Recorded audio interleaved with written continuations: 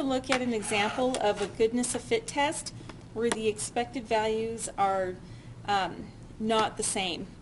Okay, so a researcher claims that the number of cups of coffee U.S. adults drink per day are distributed as shown in the figure. You randomly select 1,600 adults and ask them how many cups of coffee they drink per day. The table shows the results. At alpha equal 0.05, test the researcher's claim. Okay, so here we have a situation where the pie slices are not all equal. Okay, in other words, we're not expecting a uniform distribution. And over here, we have the observed values.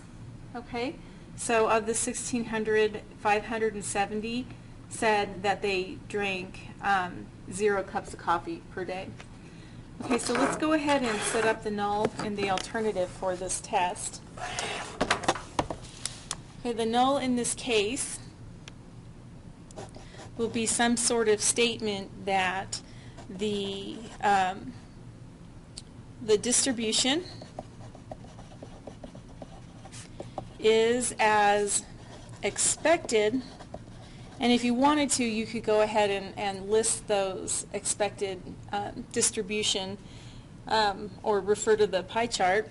I'm just going to say the distribution is as expected from the pie chart, just to make it simple, versus the distribution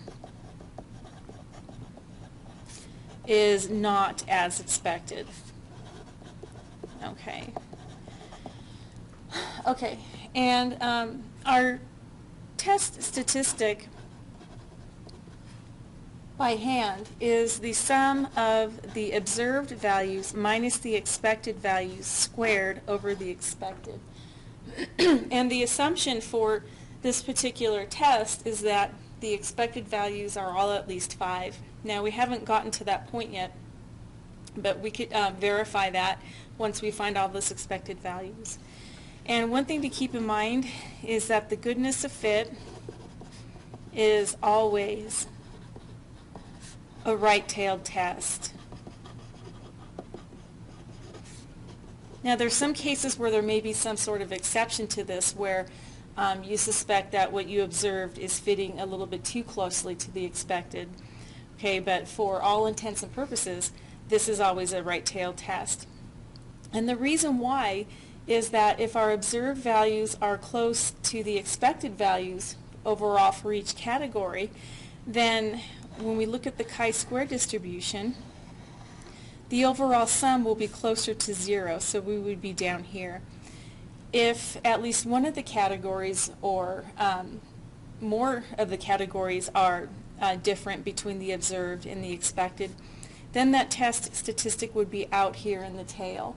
Okay, so it just takes one to be off to pull that test statistic. But overall, just keep in mind this is always a right-tailed test. Okay, so what I went ahead and did was I put the observed values in the calculator. Okay, so let me write down this table. Oops. I'll put the observed first. Sorry about that. Okay, so I have my observed values, and then I'll need my expected. Okay, so for the first category, 0 cups, we observed 570 values, 432 for the next category, and so on. I'm just copying them right from the table. Now, if we look at the pie chart and look for 0 cups, okay, we'll see that that pie slice is fairly large. Okay, we expect about 36% to fall in this category. So what I want to do is I want to take 0.36 and multiply it by the sample size.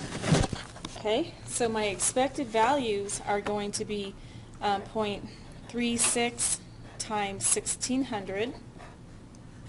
And then for the next category, referring back to the pie chart, 1 cup had an expected proportion of 0.26. Okay, I want to multiply that by 1,600.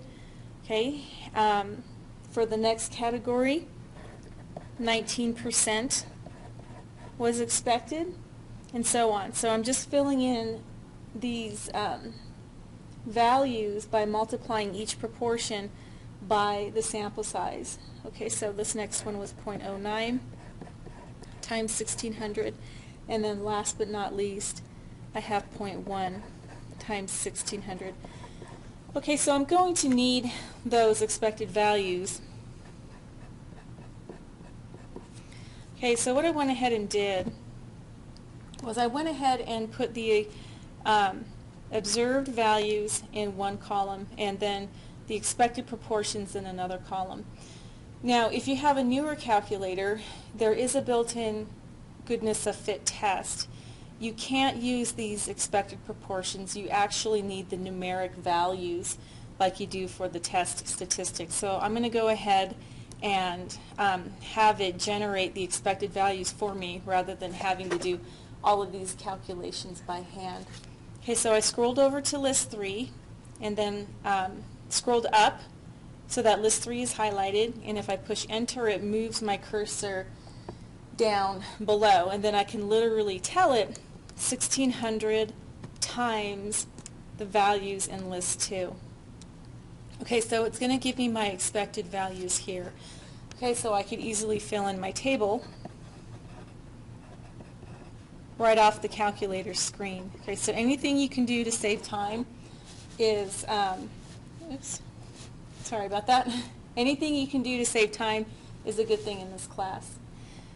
Okay, so if I wanted to calculate this test statistic by hand, okay, I can go ahead and put in these values into the test statistic formula, okay, and crunch through the numbers. Okay, so my first category, the observed was 576, the expected was 570. I square that and divide by the expected for that category, and then I add it to the next one. Okay, I have 416 minus 432 squared over 432, okay, and so on. I hope you see the pattern. Okay, down to the last category, I've got 160 minus 164 squared over 160. I'm sorry, I had that switched. I should have put the 164 first. But that's okay because we're going to be squaring that difference anyway. Okay, now I'm going to have the calculator find the test statistic for me. This is a newer TI, so it should have the goodness of fit test built in. If you don't have that, I will show you how to get the test statistic in a roundabout way. So what I'm going to do is press, quit out of there, press Stat, right arrow over to Test, and then scroll down until I find the chi-square GOF. That stands for goodness of fit. And then I need to tell it where my observed values are and where my expected values are. Now remember, the calculator won't take the proportions as the expected values. It needs the numeric list. So I created that in list 3. And my degrees of freedom will be the number of categories minus 1. Okay, so let me write that down. The degrees of freedom is equal to k minus 1. Okay, that's the number of categories minus 1. So for this particular problem, I have 1, 2, 3, 4, 5. I have 5 categories. So I'm going to have 4 degrees of freedom. Okay, so going back to my calculator, I'm going to go ahead and overwrite that with 4 and then press calculate. Okay, we'll see that my test statistic is 2.814. So if I were to do this calculation by hand for all of these categories, I would have gotten about 2.814. And the corresponding p-value is 0.589. Okay, so my p-value of 0.589 compared to my level of significance is 0.05. Okay, so since the p-value is greater than my level of significance, I'm going to fail to reject the null.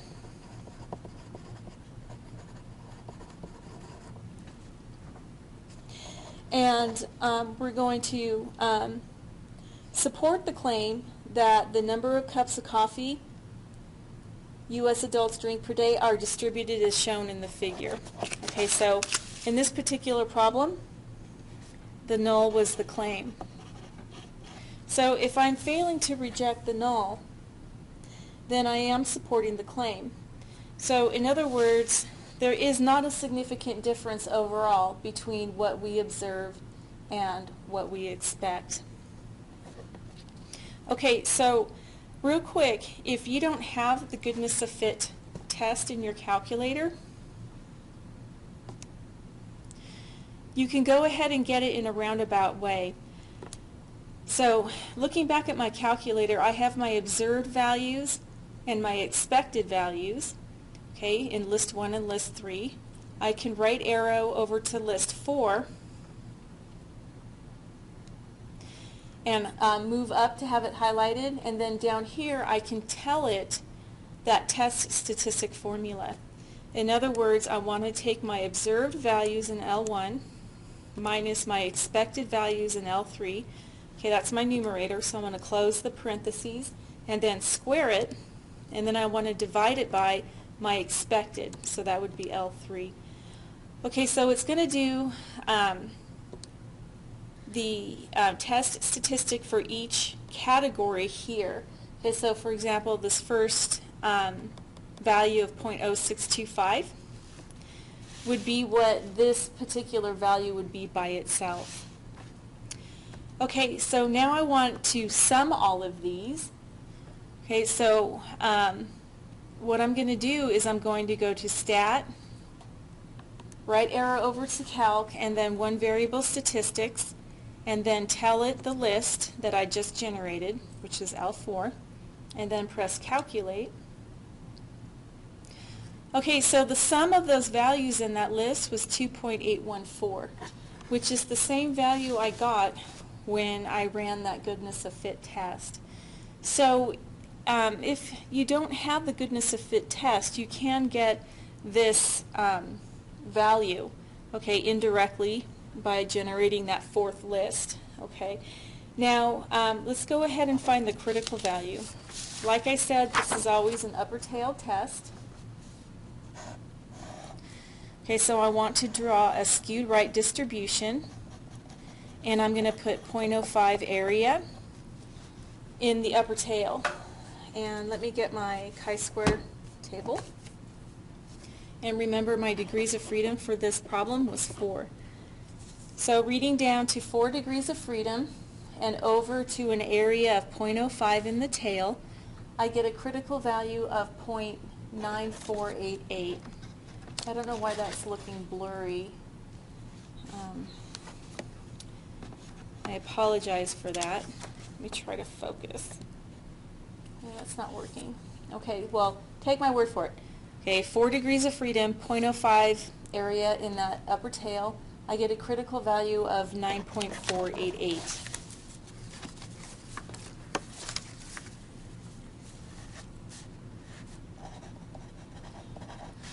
Okay, so remember our test statistic was about 2.814. So that's down here. And we're well in the fail to reject region. Okay, so we saw that originally with the p-value.